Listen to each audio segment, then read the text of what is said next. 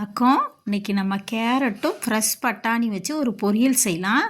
அதுக்கு கடுகு உளுந்து காஞ்ச மிளகாய் கிள்ளி போட்டிருக்கேன், தாளிச்சிருக்கேன். அடுத்து சின்ன வெங்காயம் அரிஞ்சு கருவேப்பிலை போட்டு நல்லா வெங்காயம் வதக்கிட்டு கேரட் ஒரு கப்பு நான் போட்டிருக்கேன் அரிஞ்சு, ஒரு 4-5 கேரட்டு. இப்போ நல்லா கேரட்டை நல்லா வதக்கிட்டு நம்ம ஃப்ரெஷ் பட்டாணியும் கொஞ்சம் போட்டுக்கலாம். போட்டு கொஞ்சம் நம்ம உப்பு தேவையான அளவு போட்டு ஒரு 1/2 கப்பு தண்ணி ஊற்றிக்கிறேன். தண்ணி ஊற்றி நல்லா வேக வச்சுட்டு கொஞ்சம் மஞ்சத்தூள் போட்டு நம்ம மூடி போட்டு வேக வச்சிடலாம். இப்போ நல்லா வெந்ததுக்கப்புறம் நல்லா வெந்துருச்சான்னு பார்த்துட்டு ஒரு கப்பு தேங்காய் பூ போட்டு நம்ம அதை நல்லா வெந்ததுக்கப்புறம் இறக்கிக்கலாம். இந்த மாதிரி நீங்களும் பொரியல் செஞ்சு பாருங்கள், நல்லா டேஸ்ட்டாக இருக்கும். இந்த காம்பினேஷன் நல்லாயிருக்கும்.